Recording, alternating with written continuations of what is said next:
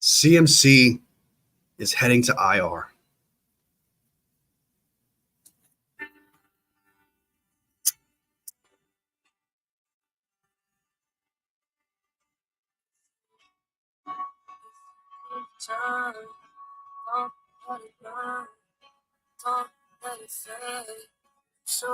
But we're good. We're good. All right, let's take it seriously. Joke's over now. All right. CMC is heading to IR. It could be a worse situation personally. I thought something like that was going to happen just because of, like I've said before in my mini lives, that if he injured himself August 6th and he's still feeling that pain now and it's still causing problems now, especially if his worst day was on a Thursday, I am not surprised by this whatsoever. Thankfully, Jordan Mason is on the team, so we do have a backup policy. And not to mention, Jordan Mason is looking like a starting running back in this league. Not only that, possibly a top 10 running back in this league. So the 49ers put themselves in an excellent position. And what's really crazy is that a lot of content creators were fighting for Mason to get reps.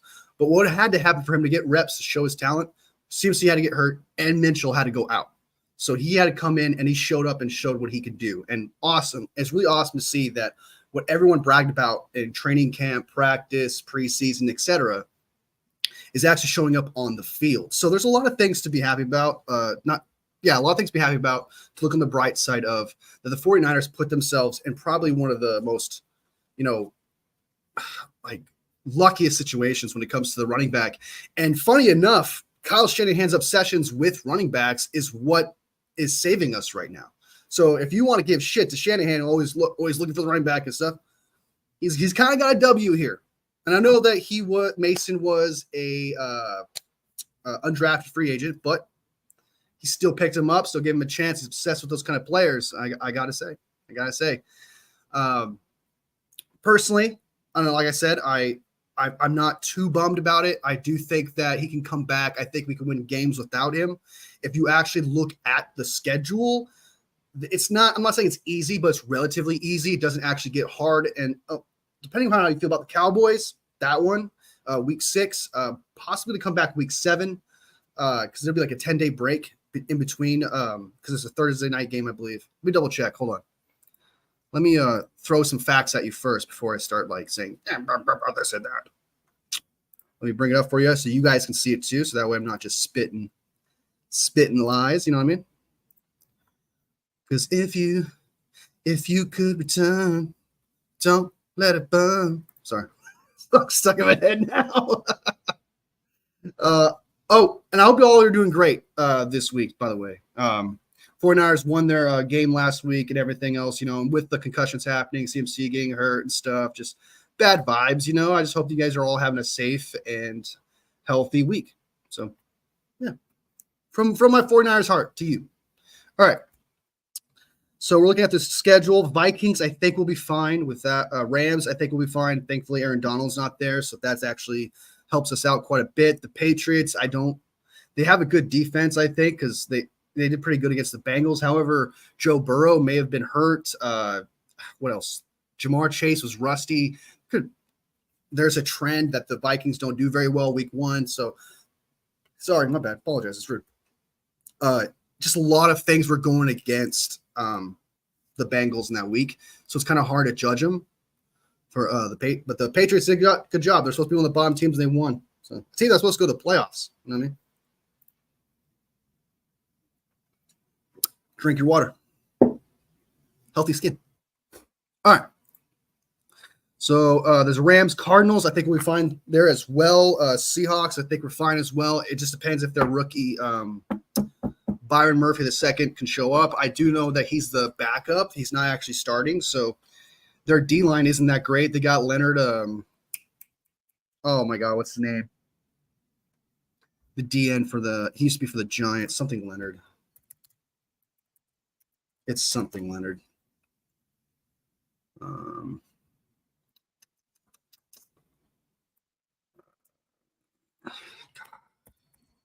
It's not Shaq Leonard. DN Leonard, Seahawks. God. What's his name? Leonard Williams. There we go. Fuck, I knew it was like some sort of long name. I knew it was one of those. So, 4 people in your area, guys. If you guys can hit that like button, like and share, whatever you got to do, I appreciate it from the bottom of my heart. Thank you. Thank you. Thank you. If you like it, of course, and you care to support. But I still like you if you don't. All right, so Cardinals, 49ers, Seahawks, they got Leonard Williams. I think it's the only real threat on the D-line, so I'm not concerned either. However, this October 20th, I would want I want Christian McCaffrey back for this game 110%. 110%. I hope that his Achilles is fine, but I want this W a lot, just as much as the Cowboys want this W against the 49ers the next week. I want it badly. I want to know that we could beat this team, okay? It's a big deal in the sense that you can't have that in the back of your mind. If you could beat them, this is a great game to have in the season, not only just because it's a good battle between two of the great teams in the NFL, but for the 49ers, if they go into the playoffs and go into the Super Bowl and they face the Kansas City Chiefs, and if they've beaten them before, they could definitely go into that game saying, yeah, we could beat them. There's no curse, there's no bullshit. You know what I mean? There's no that thing in the back of your head like lingering. So this game is a big deal. It means a lot in that sense. And I've said this a million times. We're not getting the Super Bowl. Just because we win this game, I do not want to see San Francisco 49ers fans say, yeah, we got the Super Bowl, or like try to relate it to some sort of Super Bowl thing or anything like that. Please don't. Just don't. Because I feel like we're going to hear like, oh, there wasn't that many penalties this time. See what happens when the refs don't get – we're going to hear that. You know, and I don't want to hear that. I just want to beat this team, and I want to straight up say we would beat this team. That's what I want to do. So I want Chris McCaffrey back in this game. Hopefully his Achilles is fine. But honestly, Patrick Taylor, Guerrero, and Jordan Mason, I feel like can hold it down between up until week 7. Also, we have Matt Breida, who was pretty solid in the preseason, so we could bring him up if things go awry. So we have 4 options at running back behind Christian McCaffrey. So for any other team, if they lost it, like for instance the Eagles, if they lost Saquon Barkley, they're fucked. They're completely screwed. Okay. In the running back department. For us, we're perfectly fine. Kyle Shanahan's obsession with running backs paid off. Paid off. All right. So that's Chris McCaffrey on IR. Let me share this tab. The NFL finds no violation in the 49ers concealment of the Christian McCaffrey status. I feel like the NFL has to have like not only like severe evidence, has to have like just bona fide 100% evidence that this team did this, because they kind of want they how do I put this? The NFL, even at the eyes of other people who lost a lot of money, the NFL is going to do what they can to not like lose themselves money, because if they actually find the 49ers, it kind of hurts them and their image. So they're going to want to do whatever they can to like not have to do that. And especially with like the Kirk Cousins things happening during this offseason, the Saquon Barkley stuff, they barely didn't. I don't think they didn't even give punishment to Saquon Barkley, even though there was borderline the same kind of like level of evidence of the Christian McCaffrey stuff. It was a lot of he said, she said, but no real evidence. And Saquon Barkley did not get any punishment. The Eagles got no punishment. So I did not expect the 49ers to get punished for that, because there's a lot of he said, she said. There's no real evidence that, hey, this was going to happen. So get punished for that because okay. So yeah, no violation. I'm not going to read the article. You guys don't need to read the article. You just need to know the headline that there's no fine. Okay, so we're good. All right, so let me go ahead and, I keep forgetting to do this. I keep forgetting to put up the share screen part, the flashy light part. All right, so let's go ahead and move on from the Christian McCaffrey stuff. And my final thoughts on that right now is Chris McCaffrey should hopefully comes back week 7. That's when I would want him back. Second half of the season, dominate, be a beast, and technically only play like how many games? Like 3, 7 was 10, and then like 3 games in the playoffs. So he'll be ready for like 13 games. That sounds like a healthy Christian McCaffrey to me. So it could be a blessing in disguise, y'all. It could be a blessing in disguise. All right, so let's go ahead and move on to the next thing. We are going to check out. So I'm going to delete that. I'm going to delete that tab. You know what? Let's put some light in here. Maybe everyone's like, man, it's so dark in here. We just like, I can't do it. Sorry, my voice just doesn't hit that octane. I'm sorry. All right. Fred Warner on facing the Vikings. This is what he had to see on the rear view, a GOAT Farm original. I don't know if that Farm original. It's on Twitter. It's only going to be like 50 seconds, so we'll go ahead and react to it and see what he has to say. Let me go ahead and bring it up. Let me bring it up.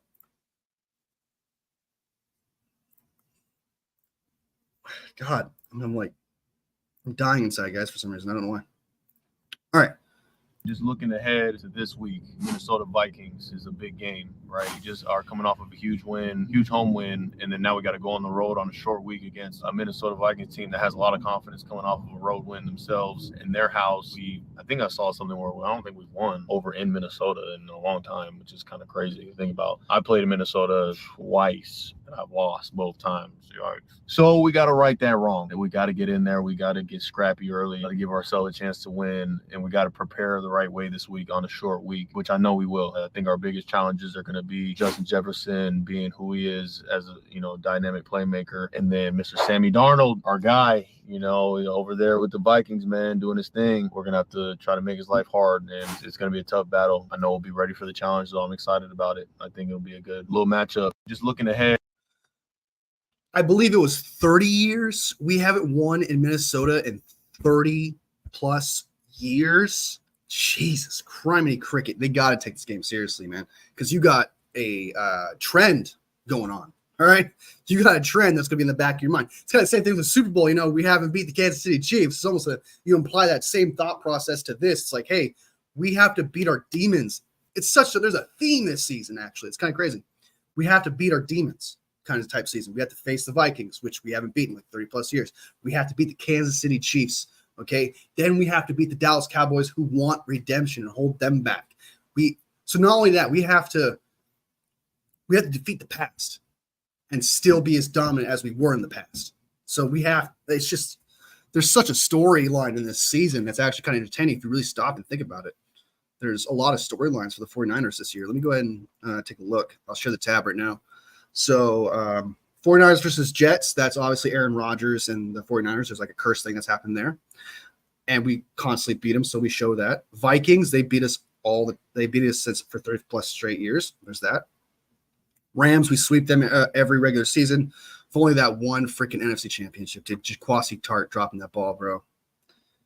I know there was technically a lot of time in between. There's like 4 minutes or whatever in between that interception, so I'm not going to entirely blame that, but that would have been a big deal. All right, so there's that. Patriots versus 49ers, not really too much there happening.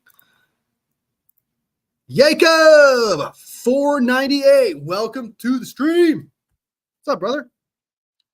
You're a Call of Duty Warzone fan. I see. Welcome, man. Welcome to the stream. Welcome to the fan. Welcome to the fan. What up? Where are we at? We're at the Patriots, Cardinals. We're at the Cardinals next. Divisional rivals. Something Seahawks, divisional rival, Chiefs, Cowboys. Bucks, we beat them last year, so we got to beat them again this time. And then we beat them the year before that with Tom Brady. So there's a trend that we have to keep there. Green Bay Packers, we completely always beat them, so there's a trend there. The Bills, I don't know if there's really a trend with the Bills. The Bears either. Rams, divisional. Dolphins, we beat the Dolphins last time, and I think we beat them the last 2 meetings. Lions, we beat them in the NFC Championship. This season has a lot of, I think the only games that don't really have a narrative or anything like that to Jacob says, thanks. Of course, man. I try to say hi to everyone. Try to let everyone know, hey, you're part of this. So, what's your favorite team, man? What's your favorite team? Hopefully it's the 49ers. Fingers crossed. Cowboy. Yeah, it's the only game I think that doesn't really have a storyline is the Patriots, Bills, Bears. I guess the Bears beat us last time, but then they beat us the time before that, I think. Let me check. When was the last time we beat the Bears? Does anybody know the last time we beat the Bears?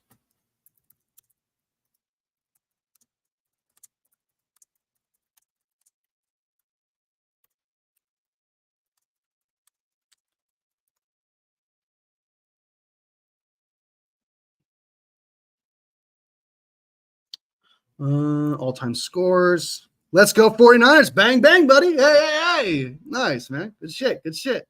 That's what I like to hear. Let me go all the way back. All right, so 2022 season, we lost. The last time we beat the Bears was in 2021. The last time we played them, we lost 19-10. What's the total? Oh, wow, the record is close. Let me show you guys. Ignore the whatever's happening on the right of the screen. Games 69. Nice. The Bears and 49ers have played 69 games against each other. Nice. All right, so 35, 33, and 1, the 49ers. Or is it the Bears have that with 49ers? Oh, yeah, it's 40. Okay, so it's 49ers. 49ers are 2 games ahead of the Bears. So if they win, it's 35, 34, and 1. So we got to pull away is what we got to do. That's what we got to do. We got to pull away. Bang, bang, not a guy. Woo. Great takes. Cheers. Go Niners, especially Mason. Without a doubt, Chris Harley, welcome to the stream. Welcome to the stream, fam. Welcome to the stream, buddy. Bang, bang, not a gang. You know what I mean? My neighbors don't like when I do that. I'm pretty sure because I do it like super loud. I don't know why. It just comes natural. All right. So there is so if we beat the Bears, I guess that's kind of a storyline, but not too much. I don't know if I would count that as a storyline. So there's the Bears, Rams, obviously divisional, Dolphins. Let's do the same research with the Dolphins. Hold on. Let's do the same research with the Dolphins. Dolphins.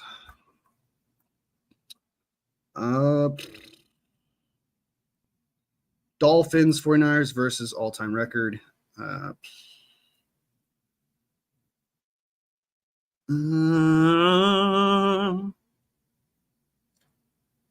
Jays. All right, so we beat the Dolphins last time, 33-17. Then they beat us the time before, 43-17. Jeez. Yeah, there's no real story there.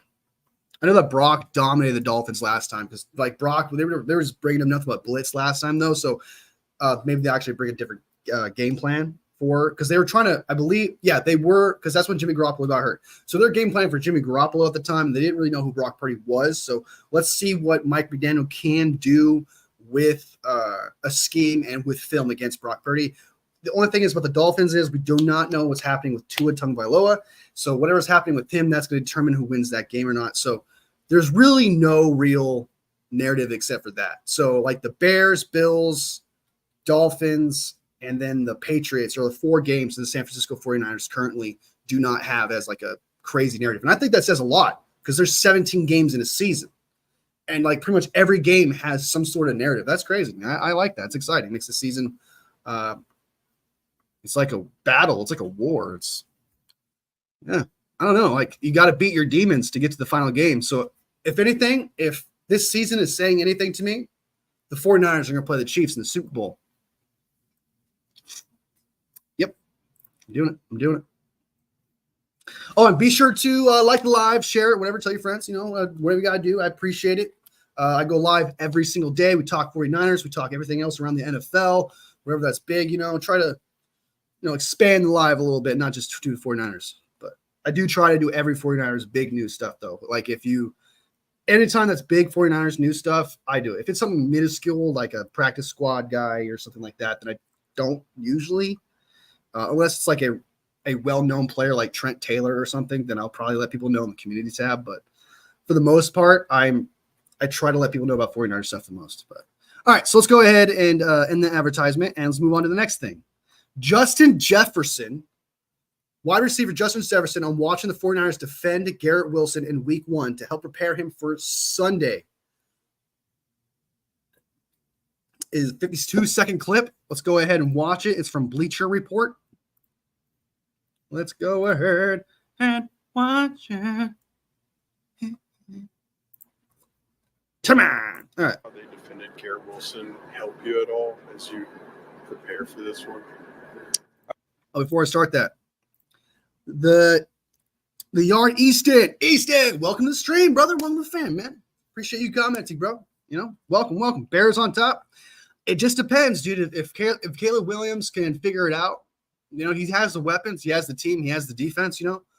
If he can, if week one isn't any kind of vindication of him, then yeah, I mean, and he could actually be that player that he was in college and actually convert it over here into the NFL. That'd be great. Then I can't. It really depends on Caleb Williams because there is no excuse, I think. Yeah, that would be big, dude. That would be a huge win for you guys, man. That would be ginormous. I know that that one Bears fan has you guys winning, but like the rest of the, I don't know if you know what I'm talking about if you pay attention to the Bear stuff, but I saw a graphic where it showed all the people predicting the wins, and I can't remember the dude's name, but you probably know who I'm talking about. He's a Bears fan, and he's got him winning. He's got him beating the Texans. I wouldn't do that. I wouldn't be confident in doing that personally, in my opinion. But I mean, if it happens, that would say a lot about Caleb Williams if he plays good, though. Because if he plays bad and then the defense plays good again, and then everything else bails him out again, that narrative is going to keep going, and it'll be like a Steelers situation almost because the Steelers had to go with that. They have a shit. No, sorry, I don't want to insult your quarterback yet and say he's shitty, but you know what I'm saying. They have a bad quarterback problem, but yet they have a good defense. They have everything else they need except for that quarterback situation. It's kind of almost the same thing with the Bears where they have everything they need. They just need to make sure that quarterback is good. So if Caleb Williams can be good, you guys will be like, I guess, the better Steelers, if that makes sense. So, yeah, watch them. All right, let's go ahead and watch this video. Let's get it out of the way. This is Justin Jefferson talking straight up shit about the 49ers. Actually, I don't even know. I haven't seen it yet. So we are finding out together. Yeah and no.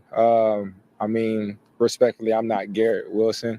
Our teams play me totally different. I mean, there's things that I can take from that game for sure. Things that I can take from last year, how they played us last year. But I mean, I've seen it tremendous times. Teams play me totally different when I'm on the field versus when I'm not out there on the field. So that's things to look at. But I mean, we feel like they have a pretty consistent tendency of what they play and how they play the number one receiver. There is a consistent tendency of how they play the number one receiver. That means he's saying that it's predictable. That means he's going to predict it. If he's saying like consistent tendencies, that means he's seen it constantly and he knows what they are. So he really just said, he kind of talks shit, but like under the table talk shit right there. You know what I mean?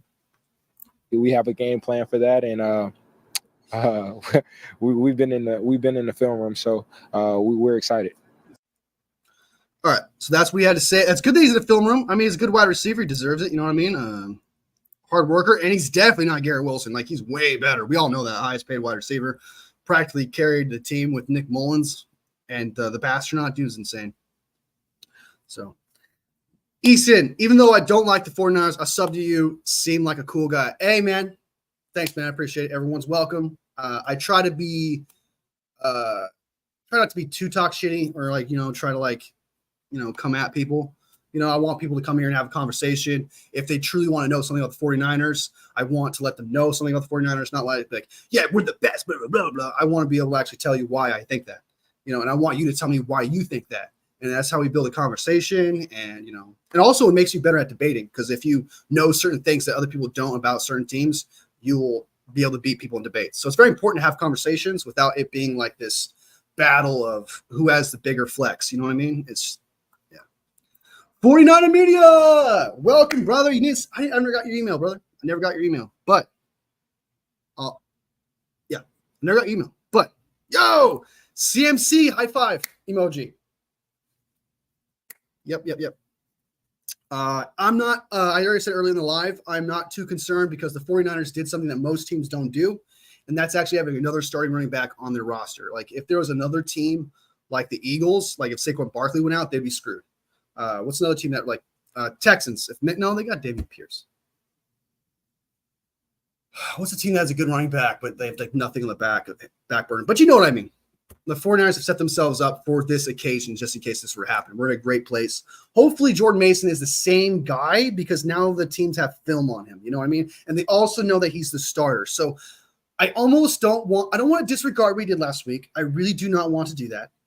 But I truly believe that defenses are going to truly scheme against him now. And if they do that, we are going to see the true Jordan Mason in the next few weeks, because teams are going to plan against him. So look out for that. If his play declines, that's because the team's figured him out. If he continues to be what it is, then he's dope. Then he's a good running back. So he's a starter. Gonna email you next week. Just been busy. Oh, it's all cool, man. Hey, no pressure, brother. No pressure. No pressure. You know, no pressure. No pressure. All right. What's the next thing? So Justin Jefferson pretty much just said that our defensive tendencies are predictable. So he pretty much said that. We'll see. We'll see. I mean, he's a great wide receiver. I don't think you become a great wide receiver by just, talking shit and not actually doing the work. I respect it. I respect his opinion. He says he's been in the film room doing it. I totally believe him 110% that's what he's doing. So we'll see. We'll see. I think Ward and Lenore are going to do good. I think that Sam Darnold's going to attack Green, Yadam more often, just like what Aaron Rodgers did. You know what I mean? All right, so let's go ahead and move over to Sam. What happened here? Whoa. Well, okay. Show this down. All right. Vikings QB Sam Darnold believes his time with the 49ers benefits him on Sunday, which I totally agree. I said that yesterday, that his experience with that defense, because there's a lot of same players on that defense where he was on that team. Charvarius Ward, Jair Brown, Fred Warner, the rookie linebackers, D. Winters and Fowles. He's familiar with Hargrave. He's familiar with Nick Bosa. So, yeah, he's pretty much familiar with Lenore.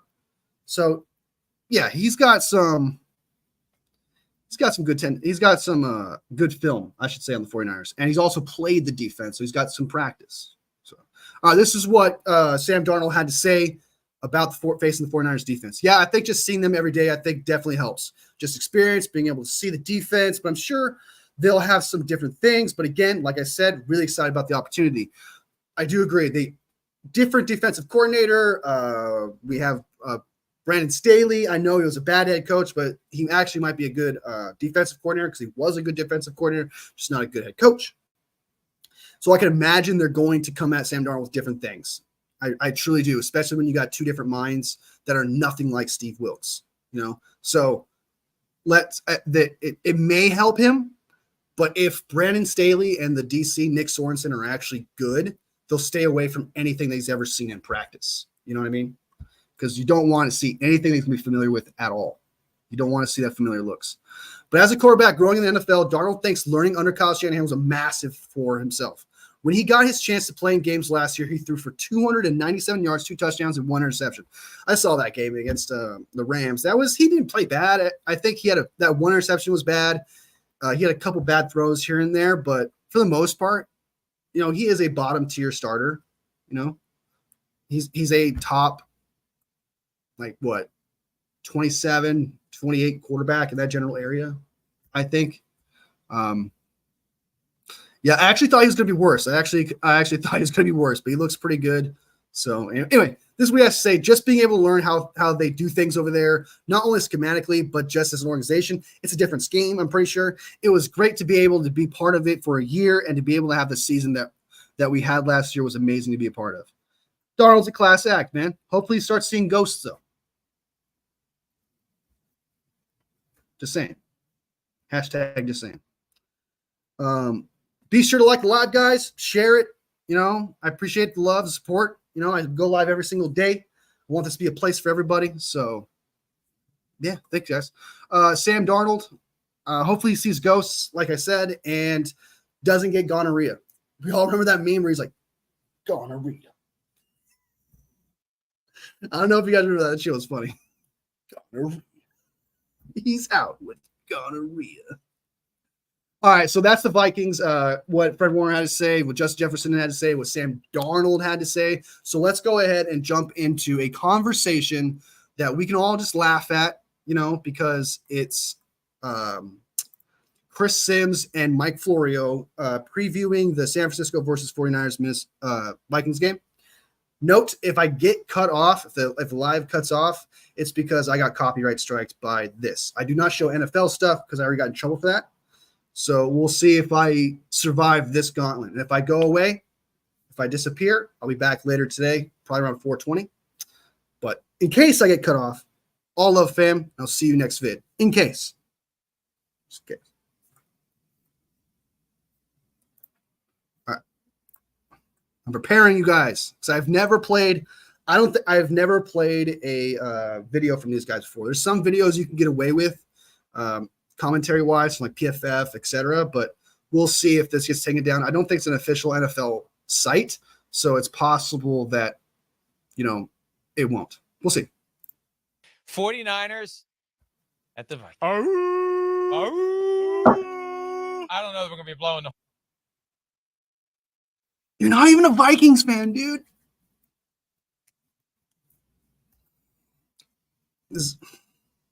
horn much on Sunday. We saw it last year on a Monday night. Best game of Kirk Cousins' career. Cracked the code on the San Francisco defense. Beat the hell out of Brock Purdy. Concussed him, not intentionally, but it just happens. When you dive over the line of scrimmage, you're possibly going to get hit in the head, which he did. Played different after he took that concussion. Maybe should have had a closer evaluation and been taken out of the game. But the Vikings found a way to win, held off the 49ers. Now the 49ers come in. Short week, 5.5-point favorites. Vikings home opener, over under 45.5. Who do you like? Well, you always pick first when it's the Vikings. Come on. I mean, it's 5 years together. Pick the game. You know what this works. What the fuck was that? What was that, dude? What? He just shit on Mike Florio for like no reason at all, dude. Paul Allen was on with me this morning when I was, hosting PFT Live alone because I've been abandoned on Thursdays. And Paul Allen was making the case for the Vikings to win because that's kind of what he's paid to do. Yeah. The short week, I think. I mean, when you consider Brandon Ayuk held in, didn't practice until recently. Yeah. Trent Williams held out, didn't practice until recently. Jordan Mason, 28 carries. And he said to Christian McCaffrey during the game, I don't know how the hell you do it. If McCaffrey can't go, I mean, this could be a 49ers team that is a little beat up. Even though they manhandled the Jets, that hurts. Beat up, or do you mean rusty? Beat up, or do you mean just time to adjust because they weren't playing for the preseason? There's two different you're saying two different things there because now you're saying like we're not really beat up. Yeah, we lost CMC, but it's more rust. It's more rust. I wouldn't say beat up. There are some areas, sure, but if Ayuk comes out of his rustiness and Trent already seems to be coming out of his rustiness, like there's never rust at all, the 49ers seem fine. So saying beat up, I don't know, is a little too soon, especially when the year just started. 100. Right? Doing what they did, you're going to feel it the next day. And you got to fly from San Francisco to Minnesota on a short week, and the Vikings have the home opener, and they had an easier day week one against the Giants. Right. I could see it happening. Now, we don't know about McCaffrey's status, and we thought we knew last week, but this week, who the hell knows? I still can't blow the horn for the Vikings on this one. I'll believe it when I see it. I am going to try to have it both ways. 20-17, Vikings cover, but I feel like at the end of the day, the 49ers find a way to win and move to 2-0, and the Vikings should feel good about the effort, but I can't imagine them winning this game. I concur. Mark Florio put away his fandom, and 2017. No. I guess I'm giving you my prediction now. I'm gonna say the 49ers continue scoring 20 plus points, and I'm gonna say I really need to think about it. 23. I'm going to say no. I'm going to say 23-17. 23-17 49ers. mean, this won't be a best bet for me. I can tell you that. I don't. I look at this game and like I said about a game or two before, this to me is a coin toss game. I do think Minnesota matches up. You mentioned some of the things that make sense. And at the end of the day, too, the number one thing is I think the Minnesota Vikings are one of the best coached teams in all of football. And that's He's not lying. Minnesota, Kevin O'Connell's a stud. where I like it. O'Connell has shown the ability to kind of know this defense. Now, this defense is a little different. And I think Sorensen has a few little changes to things here on the defensive side of the ball as compared to just the normal Seattle scheme stuff that they've done there so much. So that influence him, Brandon Staley, I think you'll see a few new wrinkles from that 49ers defense. O'Connell's amazing, though. I think it's going to be an incredible matchup there. And Minnesota's offense, in a lot of ways, is built between the receivers they have, because the 49ers aren't super talented in the secondary, and then they have one of the best pass protecting O-lines in football. You know, other than Dexter Lawrence last week, nobody else could get close to Sam Darnold. So that's where you look at it. And then the other side of the ball, B-Flow, Brian. Yeah, but that's because they're the Giants. That's because they're the Giants, dude. Thibodeau, you know, yeah. Brian Burns, yeah. But, I mean, I'm not expecting the Giants to really know how to utilize Dexter Lawrence, Thibodeau, and Brian Burns. Okay? I really am not confident in that game being a consensus of what the Vikings can do. Yeah, sure. You know, those players are good, but scheme matters. This isn't the preseason. And Flores is definitely one of the best D coordinators in football. And if there's anybody that can match wits with Shanahan, it's him. And you talk about McCaffrey. Why would they play McCaffrey? I took the game like they're not going to play him. And then Ayuk, yeah, is definitely like, is he going to be what we think he is yet? I don't know if he will be. Trent Williams was awesome. I have no doubt about him. I'm going to take the 49ers, though, just like you, and a last-minute field goal, 23-21, like I said, but it will not be my best bet. It's funny. I thought about 23-21 as a score. Thank God I didn't. Although, based on last week, if we have the exact same score, take that to the bank, because that's what happened. Right. 27-20, all because of Isaiah Likely's big toe. Yo, homies, thanks for watching. What did you just say? What? All right. Big toe. Yo, homies, thanks for watching. Yeah.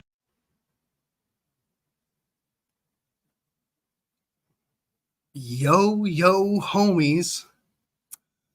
Thanks for watching. God, that's so cringe, dude. Oh my God. That's so cringe, bro. Yo, homies. That's like that Walmart commercial. You're so slave. Oh, we don't say slave. We say ate. She ate.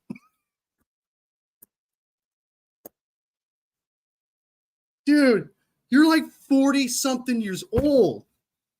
Yeah, I say bro, dude, shit like that. I'm 36, okay? But I don't say it like yo, homies. I say it with cadence. You know, there was no cadence there, dude. That was so cringe, brother. That was so cringe. You know, it's like if I were to say swag. That is so swag. I would get so much shit for that. So it's just, yeah, bro, you gotta leave the yo, homies thing. You know, that's, I'm here to tell you about Dare. All right, that's what I'm gonna do. All right, kids, I'm here to tell you about Dare. Oh my God, yo, homies. All right, so let's go ahead and take a look at the Minnesota Vikings roster real quick. Obviously, Sam Darnold is their quarterback. Nick Mullins, I like Nick Mullins as a person and as a quarterback. Is he good? No. Is he a good backup? I think so, definitely. I think he's like one of the top tens of backups, like 40 quarterback, maybe 45 quarterbacks, somewhere in there. I think he actually can do it. If not higher, because I can't really think of that many starting quarterbacks on top of my head, not gonna lie to you. But so he's probably up there. I like Nick Mullins. I think he's great for organization, especially the backup, you know. So, and also for the Vikings, he knows to just throw it to Justin Jefferson. So there's that. Aaron Jones has been dealing with some kind of injury for like through the past preseason. And he had an injury, I believe, last week too as well, but it will obviously it's not bothering him or anything like that, so he's fine. Ty Chandler, they only have 2 running backs. Jesus. Okay, then CJ Ham is their probably their emergency running back, I'm sure. Justin Jefferson, obviously stud. Jordan Addison is not playing in this game. He is ruled out. Jalen Naylor, Brandon Powell, Tristan Jackson, and Trent Sherfield. Trent Sherfield is an old San Francisco 49ers player. He was just a practice squad guy, nothing really too special. So the only real threat I see here is Justin Jefferson, unless Naylor and Powell become something that's completely unpredictable, something we haven't seen before. So there's that. Tight end Josh Oliver. I don't even know who that is. I'm not going to lie to you. Let me look at tight end Josh Oliver. Who is that? That sounds familiar. Did he just start last year, I think? He's a rookie from last year? No, he's old. Oh, shit. He's been around for a while. Josh Oliver, experience, 6 years, 6'5", 27. What's his stats, though? What's his stats like? He's 27 years old. 2 receptions, 27 yards in his career. That can't be right? Oh, no, that was just last week. Okay, thank God. I was like, that's bad, right? I guess the Giants had 2 targets, 2 catches, 27 yards. I think one of them was actually a clutch catch, too, as well. According to Fantasy Football, he's number 22. I don't know what that even means. I guess 22nd tight end. I really got to get back in Fantasy Football. I've forgotten all the rules. I'm not going to lie to you. The ESPN's got projections of what Josh is going to be, and he's not very good. His projection, according to ESPN, he should have 34 catches, 459 yards, 13.5 on average. That's just based on his 2 catches, though. So it's like on his career, he has 4 touchdowns, 9.4 yards on average, 470 yards. So he'll need a breakout season to actually cause an effect. So I'm not even worried about their tight end. So this team quite literally doesn't have many weapons. They got Aaron Jones, I guess, and Justin Jefferson. So Christian Darrisaw is a solid left tackle. We all know that. So Nick Bosa and Leonard Floyd, when they switch out, is going to have a bit of an issue. Blake Randall, left guard. I haven't heard too many bad things about him. Garrett Bradbury, I heard he's on and off. Ed Ingram apparently had one of the worst pressures. What did I put down here? I think he did. He's questionable to play, but I mean, at this point, if he's still questionable and hasn't been announced yet, he's probably going to play. I have it right here. So the out is Jordan Addison. Questionable is Harrison Smith, their starting safety. He's old, so probably could beat him with a speedster. Brian O'Neill, their right tackle, is questionable. So if he is actually hurt, Floyd or Bosa, when they switch, might actually be able to push him around, just depending upon if Brian O'Neill's actually hurt or not. Because Brian O'Neill is a top right tackle in the league. I love him. I love him as like a trade target if Minnesota fails and becomes nothing. I know a lot of Minnesota Vikings fans will be like, we're never trading him. I get that. It's just me as a 49ers fan. We need a right tackle. And I think Brian O'Neill, if not for the Vikings, would be perfect for the San Francisco 49ers. So if he's questionable to go, their backup is David Quisenberry, who I think is supposed to be a guard or a center. So they got some offensive line issues, I think, right over there. But apparently their offensive line did pretty solid against the Giants. It's just this right side. They got a right side issue. Kind of like the 49ers have a right side issue.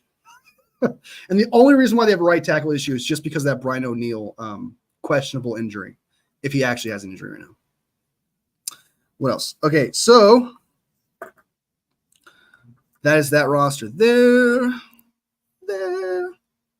On DN, they got Jonathan Grenard, who I believe they just signed to replace what's his name? Daniil Hunter.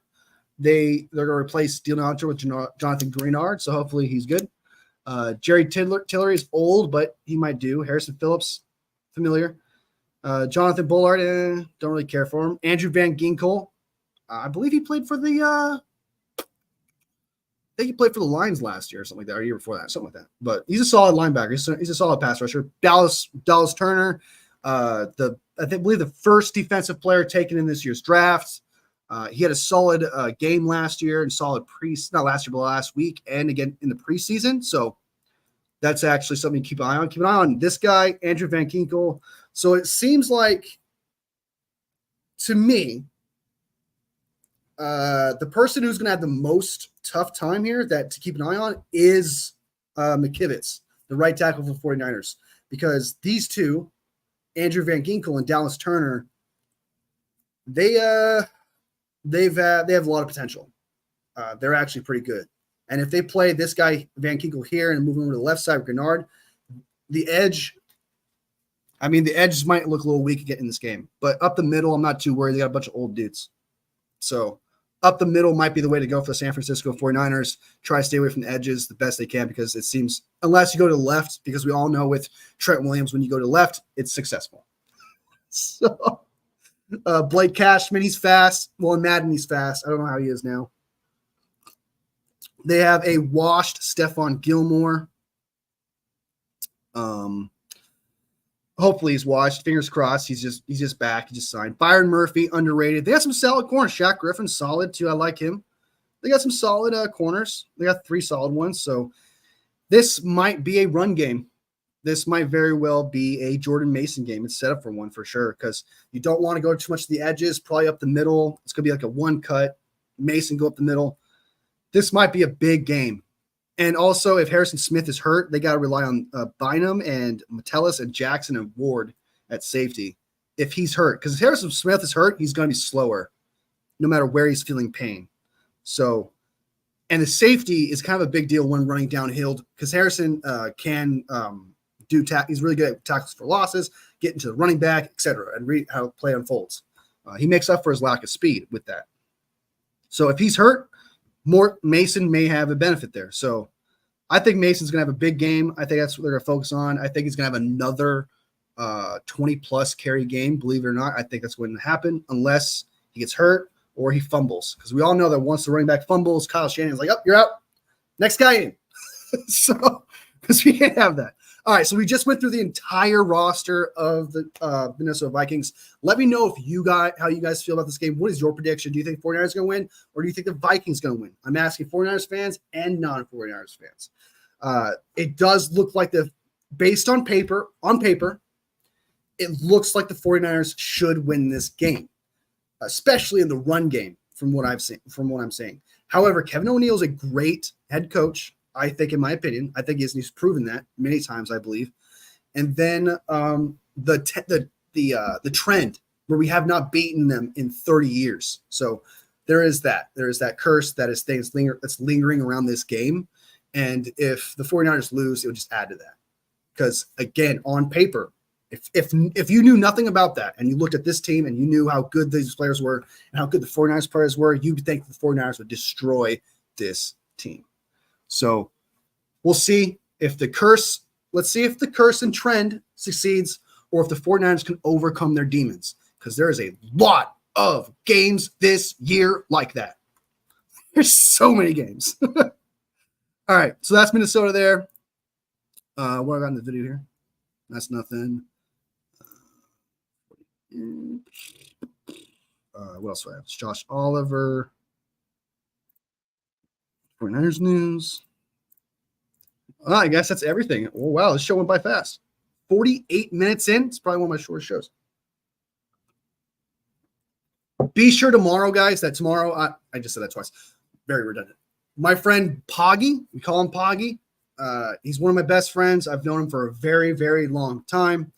Once a week before every game, before the Sunday games start, we will have a show where we will talk about our predictions for the week and just have a whole full-blown conversation. He's a really cool guy. We click really well. If you want to see a lot of two dudes just give each other shit all the time and just banter and stuff, if that's what you're truly looking for when you find two people talking or have a co-host, we are definitely going to be that show for you guys. Because like I said, we get along really well. We give each other shit. We never take anything too far, and we can disagree with each other without it being some sort of like, oh, well, why would you say that? I could really call him a douchebag and he wouldn't care. So he's just that kind of guy.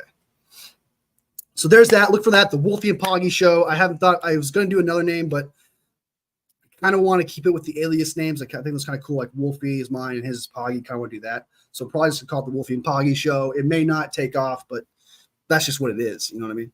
So Yeah, so my prediction is going to be 23-17 49ers. It's going to be a run-heavy game. I think the 49ers are going to have 2 touchdowns, 3 field goals, and Jake Moody's going to come in the clutch. And then it may very well come down to a 2-minute drill, and Sam Darnold's going to throw an interception because we all know how he handles pressure. I feel like the 49ers are going to go up 23, okay, and they're going to have 17 points, and it's going to be a 2-minute drill, and the Vikings are going to lose through an interception. That's what's going to happen. So force it to Justin Jefferson. That's my opinion. All right, guys. So let me know what you guys think of the show. CMC out for at least 4 weeks. We'll be back until Kansas City. Hopefully Kansas City. Hopefully, if he's not back by Kansas City, he's probably going to be going to season-ending IR because that's like 5-6 weeks at that point. Yeah, we'll see. We'll see. Prayers out for him. Hopefully, he heals really well. What else to say about that? And again, the IR situation is really no surprise because he had this injury August 6th. And if it's past that 4-week mark, that month mark, it's pretty serious. So, all right, guys. Thank you, 49ers Media, for the conversation. Appreciate you coming here, man. Big dubs to everyone who liked this live. Thank you so much. Easton, appreciate you joining the family, brother. Welcome. Can't wait to have more conversations with you on these lives. Chris Hartley, good to see you, man. Hope to see more of you. Jacob, good to see you too. All right, guys. To everybody who watches this later, sub if you like the content, like if you like the video. All love, family. And I'll see you next video. See you next video.